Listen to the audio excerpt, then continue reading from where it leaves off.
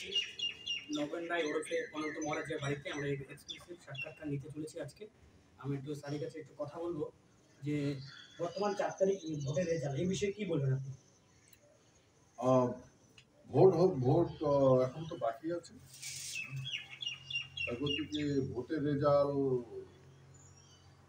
বিজেপির ফেভারে হবে, এনডিএর ফেভারে হবে বলে আমি মনে করি। আর জনতার জনার্দন অবশ্যই বিজেপিকে আশীর্বাদ করেছে, বিজেপি সরকার গড়তে যাচ্ছে। এদিকে তৃণমূল কংগ্রেস বলছে ওরা নাকি 1 লক্ষ ভোটে বেশি জিতবে, এই বিষয়ে কি বলবেন? সবারই তো সবার ধারণা আছে, সবাই ক্যালকুলেটার বাড়ে, তাদের ক্যালকুলেশনে হয়তো তারা জিততে পারে, সেটা আমি কি বলবো। কিন্তু আমি এটা বুঝি যে জনতা জনার্দন যাকে আশীর্বাদ করে সে জিতছে। আলাদা রাজ্য নিয়ে কি বলবেন আপনি? আলাদা রাজ্য তো এখানকার মানুষের মৌলিক অধিকার, যেটা তো আলাদা রাজ্য ছিল, আলাদা রাষ্ট্র ছিল, পরে রাজ্য হলো। সেই রাজ্যটা কোথায় গেল, সেই প্রশ্নটাই এখানকার লোক করছে। আর এরা গভর্নমেন্টের কাছে ডিমান্ড করেছে যে রাজ্যটাকে পুনঃস্থাপন করার জন্য, সে আন্দোলনটা করছে। আর এরা তো করতেই থাকবে, আর আন্দোলন করলেই তো পাবে। তৃণমূল কংগ্রেস থেকে প্রস্তাব আসলে কি করবেন আপনি? কি প্রস্তাব আসে, কিসের প্রস্তাব আসবে? কিন্তু আমি তো বিজেপির সংসদ, তা প্রস্তাব যদি কিছু আছে অসুবিধা আমি বলতে পারবো না। যদি প্রস্তাব দেয়, কি প্রস্তাব দেয় আমি তো বুঝি না। হ্যাঁ, সেই বিষয়ে এমনি আপনাদের কর্মী সমর্থকদের বলে কি বলবেন?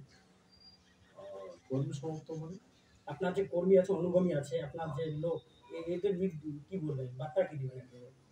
না, এরা তো বর্তমান রাজনীতি সম্বন্ধে খুব সচেতন। বর্তমান এই আমার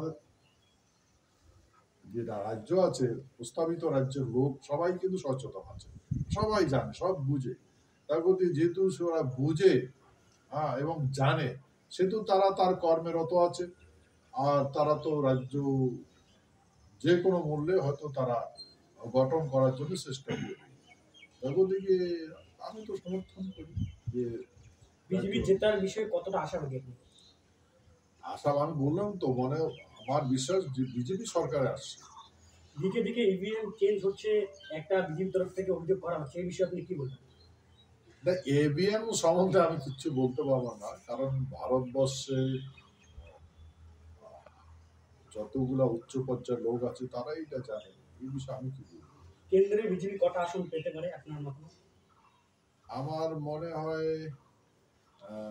সরকার বানাচ্ছে, কত পাবে জানো। ইন্ডিয়ার যে জোট আছে এর পক্ষে কি বলবেন? ইন্ডিয়ার জোট, এখন যুদ্ধ তো এখন যা দেখছি, সিচুয়েশন যা দেখছি, হাড্ডাহাড্ডি লড়াই, লড়াইয়ের ভিতরে বিজেপি সরকার গঠন করে। নমস্কার, আমি দীপ্তোষ, আপনার দেখলেন এক্সক্লুসিভ সাক্ষাৎকার আজকে। তো বিস্তারিত আলোচনা আপনারা ভিডিওতে দেখে নেবেন।